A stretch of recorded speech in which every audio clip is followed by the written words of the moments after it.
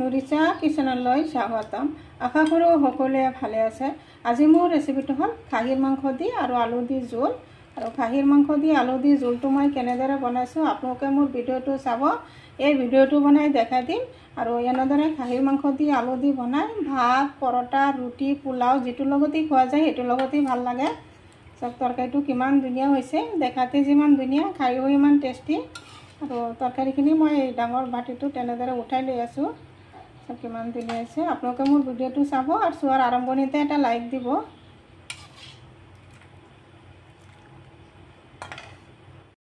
খাহী মাংস তৰকাৰী বনাবৰ কাৰণে মই ইয়াতে 500 গ্ৰাম খাহী মাংস ল'লোঁ আৰু মাংসখিনি ভালদৰে ধুই সৰু সৰুকৈ টুকুৰা কৰি ল'লোঁ। চব ধুনীয়া, ভালেই মাংসখিনি ধুনীয়া। আৰু এইফালে ল'লোঁ আলু কাটি ল'লোঁ। আলু এনেদৰে ডাঙৰ ডাঙৰকৈ কাটিছোঁ আৰু ডাঙৰ ডাঙৰকৈ কাটিলেই ভাল লাগে। আৰু এইফালে ল'লোঁ 4টা পিঁয়াজ কাটি ল'লোঁ ডাঙৰ চাই, আৰু ইয়াতে নহৰু গুচাই ল'লোঁ। ইয়াতে 1 টুকুৰা আদা এনেদৰে গ্ৰেট কৰি ল'লোঁ। নহৰুখিনিও গ্ৰেট কৰিছোঁ। প্ৰথমতে মাংসখিনি মই মেৰিনেট কৰি ল'ম। এতিয়া দি আছোঁ পিঁয়াজ, নহৰু, আদাখিনি গোটেইখিনি দি আছোঁ।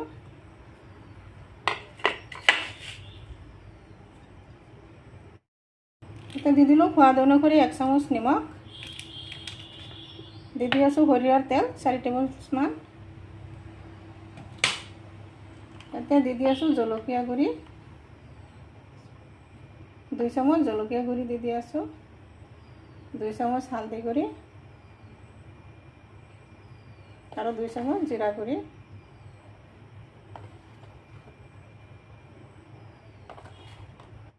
দি দিলোঁ গৰম মছলা গুড়ি। এতিয়া গোটেইখিনি উপকৰণ ভালদৰে একলগত মিক্স কৰি দিম। একদম ইজি প্ৰচেছত মই তৰকাৰীটো বনাই দিম, একে জটপট হৈ যাব।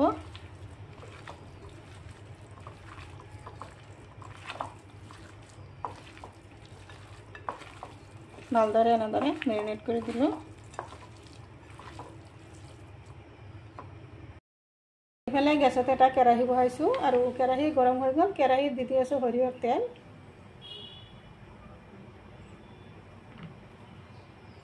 তেলত দি আছোঁ 3 টুকুৰা তেজপাত। এতিয়া দি আছোঁ 5 ফোৰণ। দিলোঁ 2টা গোটা এলাচি। আৰু এতিয়া দি আছোঁ মেৰিনেট কৰি থোৱা মাংসখিনি।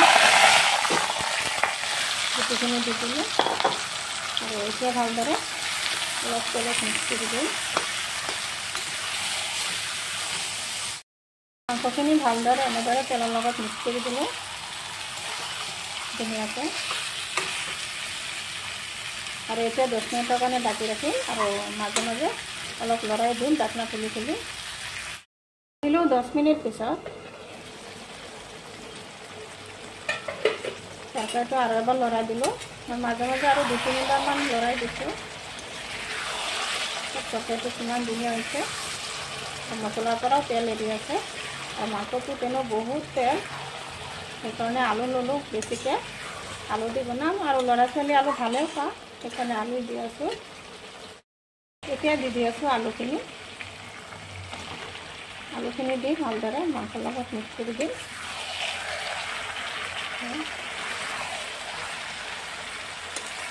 মাংসতকৈ বেছি তেল, বহুত তেল খাইছে। এনেদৰে ভালদৰে আলুৰ লগত মিক্স কৰি দিলোঁ। এতিয়া আৰু 5 মিনিটৰ কাৰণে ঢাকি ৰাখিম যাতে আলুখিনি ভালদৰে মছলাখিনি ভালদৰে লাগে।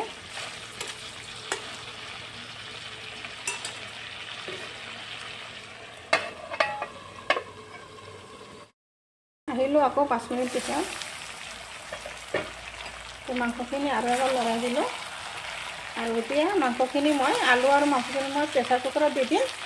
জলদি হৈ যাব, আলুখিনি সিজি যাব আৰু মাংসখিনি জলদি সিজি যাব।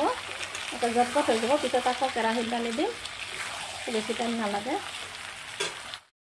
আলু মাংসখিনি এতিয়া প্ৰেছাৰ কুকাৰত দি দিলোঁ আৰু এতিয়া দি দিম এতিয়া গৰম পানী।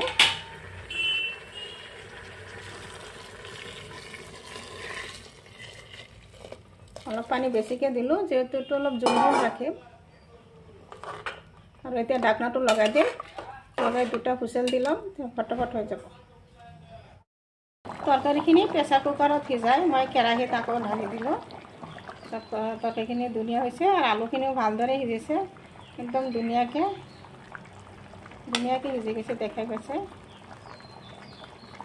ধুনীয়াকৈ সিজিছে আৰু মাংসখিনিও ভালদৰে সিজিছে আৰু এতিয়া তৰকাৰীটো নমাই দিম নিশ্চয় মোৰ ৰেচিপিটো ভাল লাগিছে যদি ভাল লাগে লাইক শ্বেয়াৰ কমেণ্ট কৰিব প্লিজ এটা সাবস্ক্ৰাইব কৰি কাষত থকা বেল আইকনটো প্ৰেছ কৰি দিব আজি মোৰ ৰেচিপি এইখিনি আকৌ আশা আছে কাইলৈ আৰু এটা নতুন ৰেচিপি লৈ আহিম থেংক ইউ